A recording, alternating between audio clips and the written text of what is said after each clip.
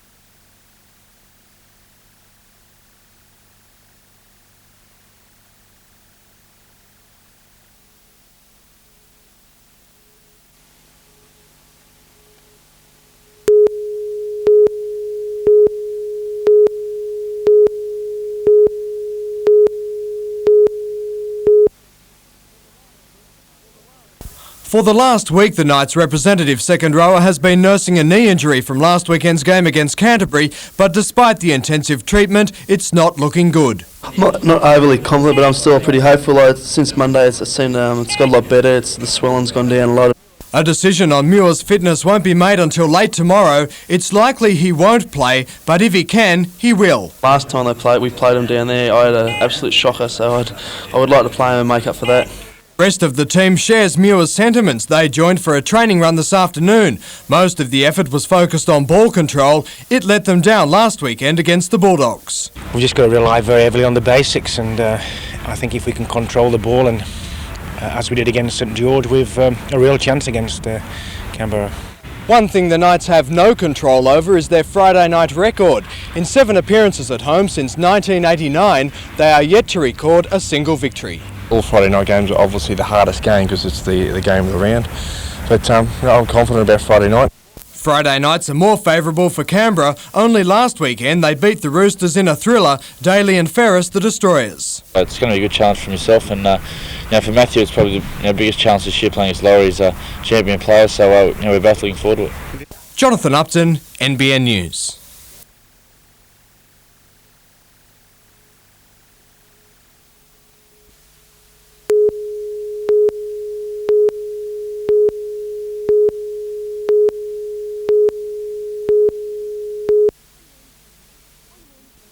On Wednesday night, NBN brought you a story based on research by Gillian Turner at the Hunter Genetics Unit, indicating women may be solely responsible for their sons' intelligence. Ms Turner claimed that studies of children with learning disabilities indicated the gene for intelligence is carried on the X chromosome only, and while girls receive an X from each parent, boys only receive the X from their mother, receiving a Y chromosome from their father. In theory, this means a boy's intelligence is genetically medically linked to his mother. But a special education teacher at Gateshead High School, Barry Farrell, says the claim is nothing more than an ill-founded assumption based on insufficient research. He says such statements are likely to upset the mothers of children with disabilities when there is in fact no reason to worry. I'm concerned about the impact it would have socially, particularly on women who suffer quite enormously, emotionally and psychologically from having, particularly males with intellectual disabilities. And do they really need, on an unfounded scientific claim, just another missile, another weapon to emotionally beat themselves up with? But Gillian Turner has defended her findings, saying they are based on years of extensive chromosome research, also adding that other factors do have an effect on intelligence levels. Emma Siossian, NBN News.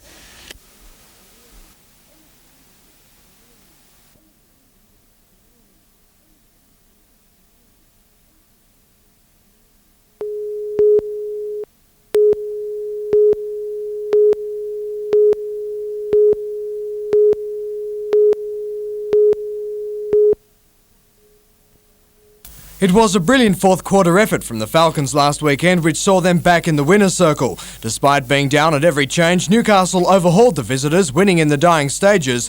Butch Hayes says it was one of the Falcons' best performances this season. I always knew we could do it. I never say die, even no matter what the circumstances are. I knew we could, and we've just got something on Perth.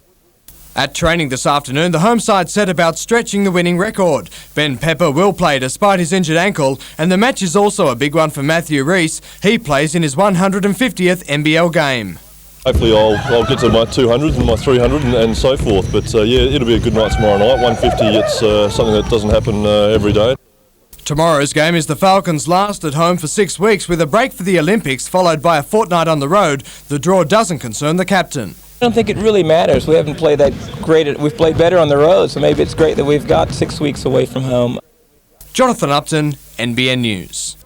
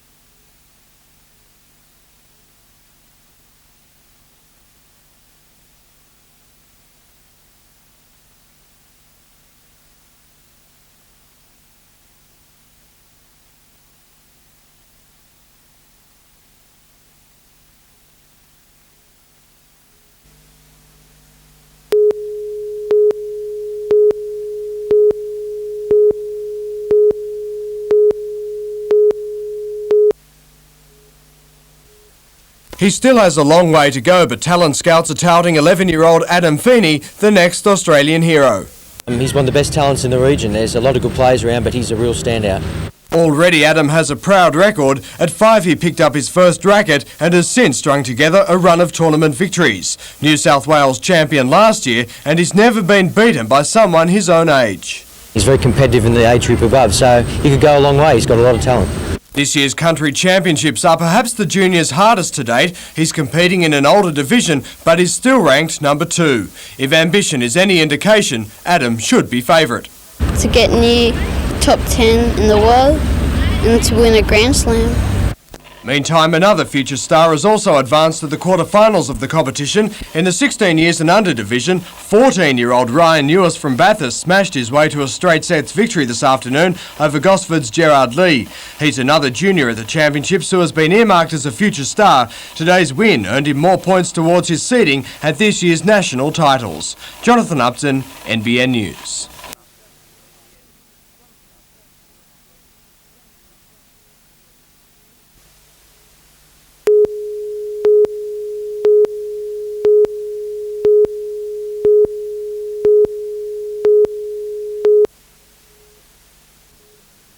Lieutenant John Shortland was the first European to discover Newcastle, and historians claim this is where he first landed, at Stockton, and not across the water at Horseshoe Beach.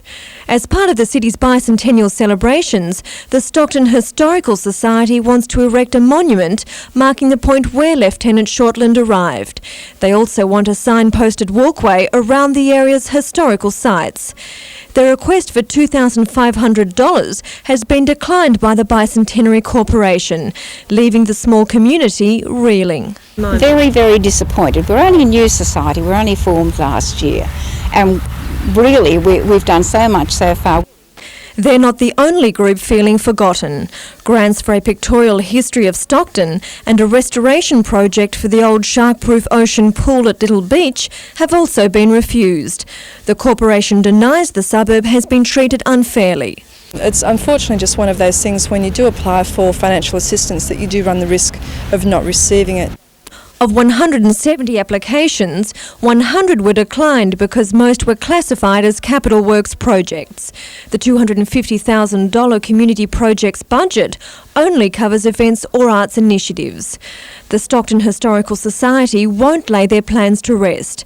They're now seeking corporate sponsorship. Sarah Griffiths, NBN News.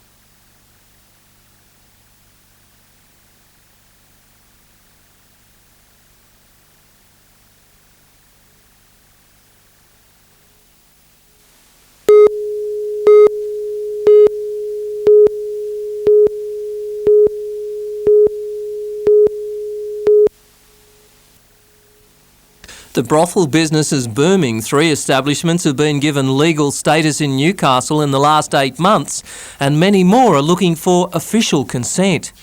It is rather surprising to see the number of applications. You know, there's a real job on our hands to process all these applications and to police the illegal ones. State government legislation last year gave councils power to approve brothels getting prostitutes off the streets. Number 5 Union Street is the latest in Newcastle, and in a first for the region, the brothel will also offer special services for disabled customers. The bottom section on the ground floor is to be converted into a room that will specifically cater for persons with disabilities. Newcastle Council wants brothels concentrated in the CBD. The Lord Mayor saying protesters concerned about a new brothel in Mayfield had little to worry about. Peter Ryan, NBN News.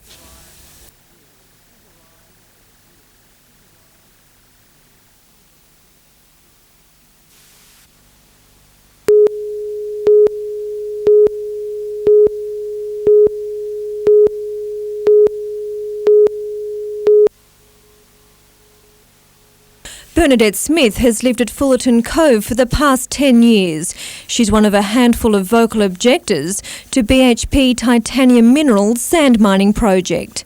She's concerned about the cumulative effect it will have on the environment, claiming previous attempts to rehabilitate surrounding sand dunes have proved ineffective. But as you can see from their rehabilitation they did from 10 years ago, how can you compare this bare sand sheet mass almost with the dense vegetation that's taken thousands of years to evolve? BHP's 5-year plan involves mining a 3-kilometre stretch from the southern side of Lavis Lane north to the Stockton Rifle Range. Nearly 65,000 tonnes of sand will be mined from the area. Not surprisingly, BHP says it's a good venture. Port Stephens Mayor Colin O'Brien agrees, defending Council's decision to back the proposal. They're going to do no damage whatsoever. And in fact, they're going to move the dune virtually 50 metres back from where they came. Council claims that of the 140 hectares to be mined, only 13 hectares actually have any vegetation. It says BHP's rehabilitation program will leave the area greener than ever before. The project is now being considered by the State Planning Department. If approved, work will begin next month. Sarah Griffiths, NBN News.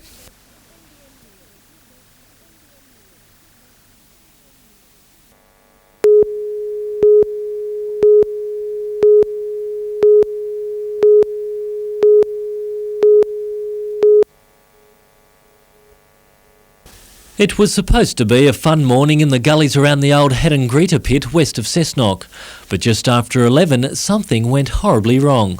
Come down a sudden decline and he's lost control of the vehicle and it's overturned several times. The 15-year-old driver from Head and Greeter was killed instantly. His 3 mates, all teenagers from the local area, were taken by ambulance to the Curry Hospital. One young fellow is deceased, one chap received a broken arm, and the other 2 young chaps just received abrasions. It's hard to believe, but all 4 had crammed into the small shell of the modified Volkswagen. 1 in the driver's seat, another on the back, and 2 in the passenger seat. None was wearing a seatbelt. You can't be too careful, especially in areas like this. Anything could happen. Scientific police have scoured the crash site and the buggy's brakes will be tested, but it appears driver error may have been the cause of the accident. It's believed one of the passengers owned the unregistered vehicle. No charges have been laid. Police say the area is a popular spot for joyriders, but its inaccessibility makes it nearly impossible to patrol. Unfortunately, yes, it is a very popular area, but we especially have problems with unregistered vehicles and whatever, and motorbikes. It is a problem area. Richard O'Leary, NBN News.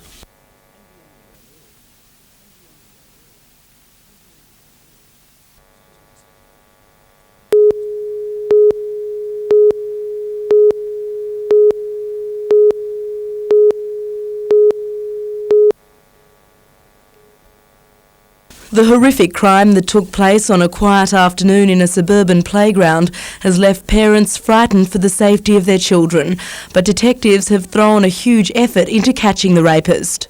We have watertight detectives as well as detectives from the crime squad unit, the child mistreatment unit, working extensively in this matter. The attack began with the offender, believed to be a man in his 30s, luring his victim from a busy park in broad daylight on Wednesday. And while the brazenness of the attack has left the public chilled, it has also meant they've been able to give police a lot of information. We've had a great response from the public and got some good leads. Due to the complex inquiries, there's quite a few avenues that still have to be canvassed. The 9-year-old victim is now in a satisfactory condition receiving counselling. Police say they are still seeking help from anyone with information. Laura Saperstein, NBN News.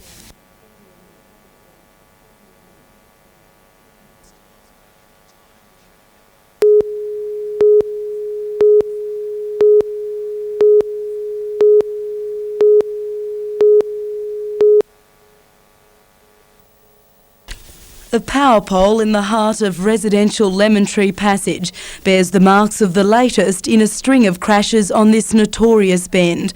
Locals say those living alongside the corner are in constant fear for their safety. Those people have lived there now for 18 months, and that's the fourth car that's been in their very near vicinity. In fact, 2 cars have hit their home. 20-year-old Louise Campbell of nearby Oyster Cove died yesterday, and residents say the shoddy work of Port Stephens Council killed her. Until the road was swept last night, residents say there was so much loose gravel on the road it had formed into dangerous slippery corrugations. When I came down around the corner on the way home from work, the gravel was about that deep. If you walked across that road and you just slip over, it's just like walking on marbles. The loose bitumen had been laid just a few hours before the crash. Several people say they complained to council after nearly coming to grief themselves, but nothing was done until after the fatality. It is council's fault. No signage, no warnings, no care. Locals say when council reopens on Monday morning, it will be inundated with complaints. I firmly believe that council, if they're proved to be responsible for that girl's death, should be charged. Laura Saperstein, NBN News.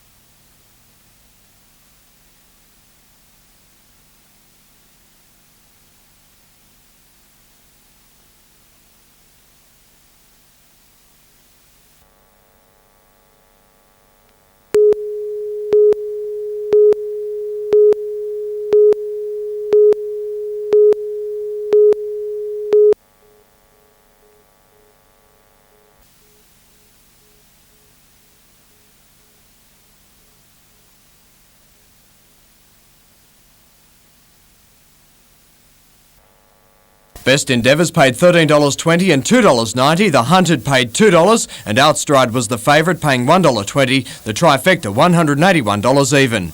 Now to Eagle Farm in Brisbane, where the 6th was the St Ledger.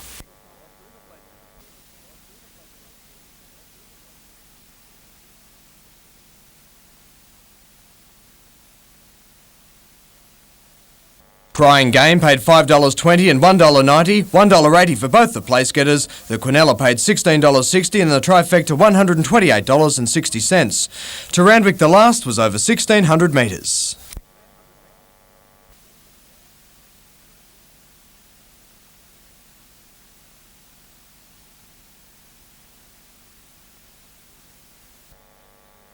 The placings 2, 10 and 12, $9.30 and $3.10, $9.60 and $4.10, the Quinella $210.60 and the trifecta, if you're lucky, $3,243.80.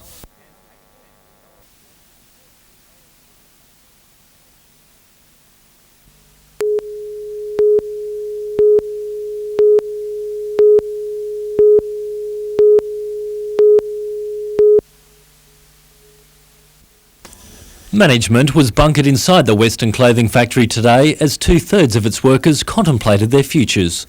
It was a real gut-wrenching feeling. It was really devastating. I felt like real nauseous type feeling. Lorraine Wilkes was one of 42 machinists to lose their jobs, just about bringing to an end one of the town's most important industries. The long-term future of the clothing factory is unknown. 20 workers have jobs for now, but all machining work will be contracted out. So I believe that it closing down is almost comparable with the BHP closing down in Newcastle. It follows the closure of 2 other clothing factories, and the Katie's sales store will shut within a fortnight. That's another blow to the town. It probably brought more people to the town than possibly the bank did, and it was a benefit to the whole of the area because busloads of people came from all over New South Wales to come here and shop. The repercussions will not only be felt in Western, with many of the workers coming from neighbouring towns. Management refused to speak to NBN, but it's believed it's blamed the closure on economic conditions and the reduction of tariffs.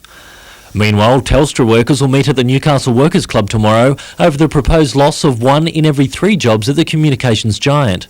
Locals say they haven't been consulted over any of the changes. Richard O'Leary, NBN News.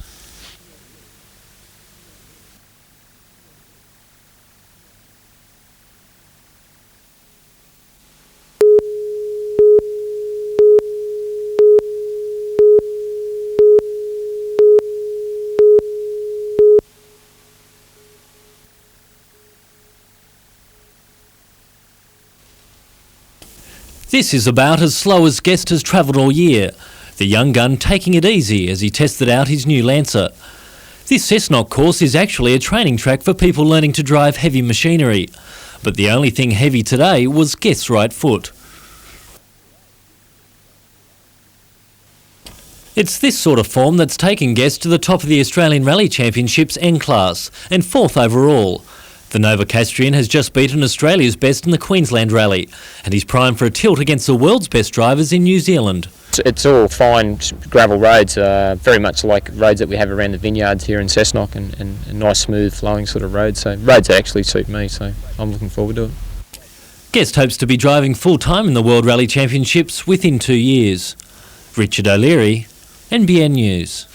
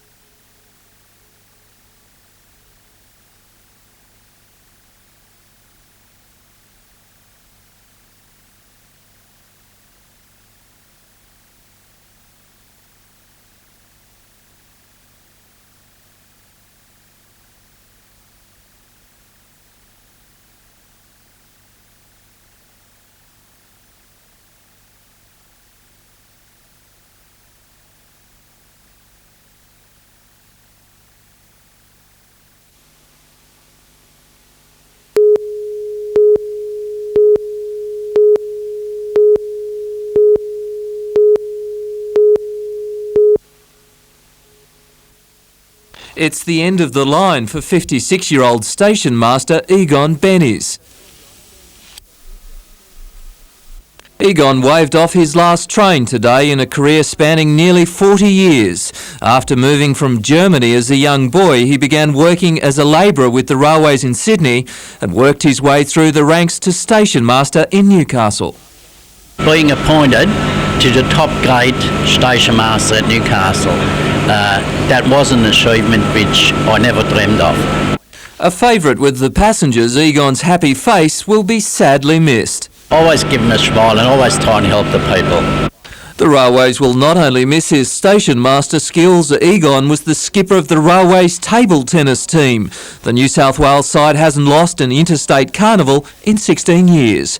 Peter Ryan, NBN News.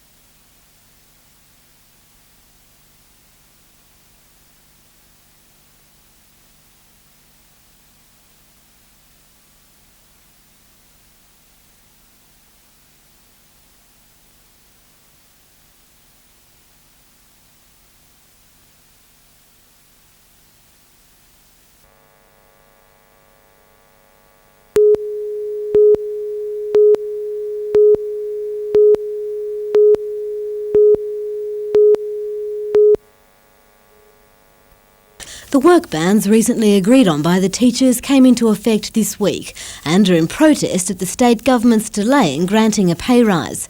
The teachers have limited their work to within school hours, no longer attending after-school development activities, drama productions or school dances.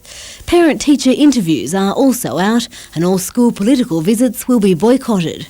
Of significance is the teachers' refusal to take part in any before or after school sports games or training sessions just weeks after the school was named as the Hunter Region's new sports high school. The teachers' pay claim is before the Industrial Relations Commission for arbitration. Another meeting of the Teachers' Federation is being held on August 10th. Emma Ossian, NBN News.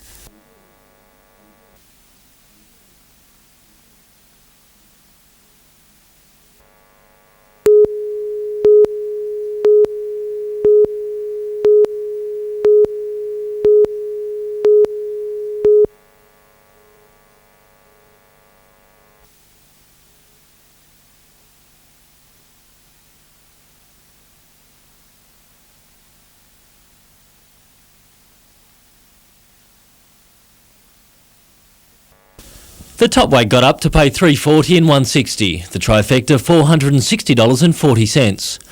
Racing was also at Canterbury, the feature race 4 over 1,550 metres.